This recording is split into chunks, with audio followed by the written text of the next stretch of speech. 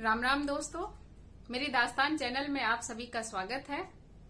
मैं रंजना गुप्ता छोटों को स्नेह और बड़ों को प्रणाम करती हूँ। आज मैं एक आध्यात्मिक घटना के बारे में बताने जा रही हूँ जो मेरी माँ ने मुझे बताई थी। जब मैं बहुत छोटी थी तो इन सब चीजों की ज्यादा समझ नहीं थी।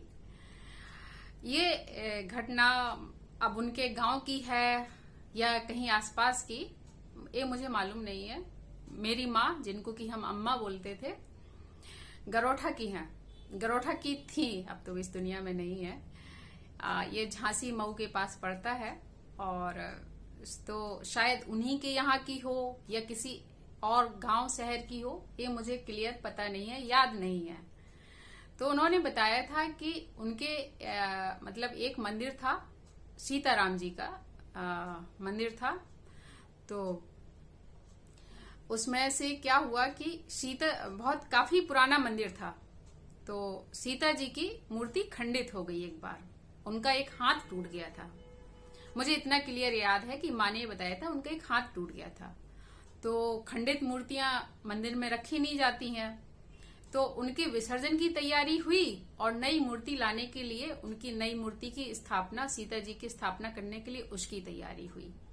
तो जब वो नई मूर्ति बनकर आ गई सीता जी की, तो अब इन दोनों मूर्तियों को एक भ्रमण या जुलूस, जो भी यात्रा निकलती है गांव में, वो निकाली गई सबको दर्शन के लिए, कि जो जा रही हैं उनके भी दर्शन और जो आ रही हैं उनके भी दर्शन। तो जो आने वाली थी उनको आगे रखा गया, जिनकी स्थापना होनी थी सीता माता की, उनका रथ आगे रखा गया और जो खंडित मूर्ति का रथ था उनको पीछे रखा गया, उस रथ को पीछे रखा गया। तो जब अम्मा ने मुझे बताया कि जब वो जुलूस निकल रहा था इस रथ का, कि उनको विसर्जन के लिए ले जाना है, तो जो खंडित मूर्ति थी उससे आंसू निकल रहे थे। मतलब उनकी जो विदाई हो रही थी तो उस खंडित मूर्ति से आंसू निकल रहे थे। आप सोचिए जरा, कितनी हमारी मूर्तियों में जान होती है।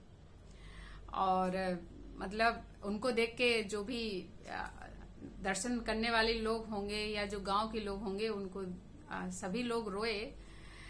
और मतलब चाहे जितनी बार कहते उस मूर्ति के आंसू पोंछे गए, हर बार उनके गालों पर फिर आंसू लुढ़क कर आ गए। पर जो करना था वो तो हुआ ही, कि उनका विसर्जन हुआ, नई मूर्ति की स्थापना हुई।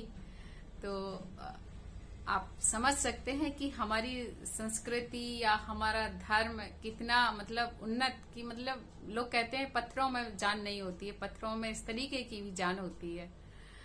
यही एक घटना थी जो मैंने आप सबके साथ बताई। मेरा ये सब बताने का मतलब सिर्फ इतना होता है कि हम अपने कल्चर, हमारे पूर्वजों के साथ क्या होता था, या हम अपनी जो धर्म है वो कितना मजबूत स्ट्रांग है।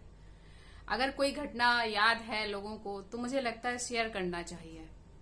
उससे हमें और मजबूती मिलती है कि हाँ, हमारे आध्यात्म में इतनी ताकत है। धन्यवाद दोस्तों, आप लोगों ने वक्त निकालकर मुझे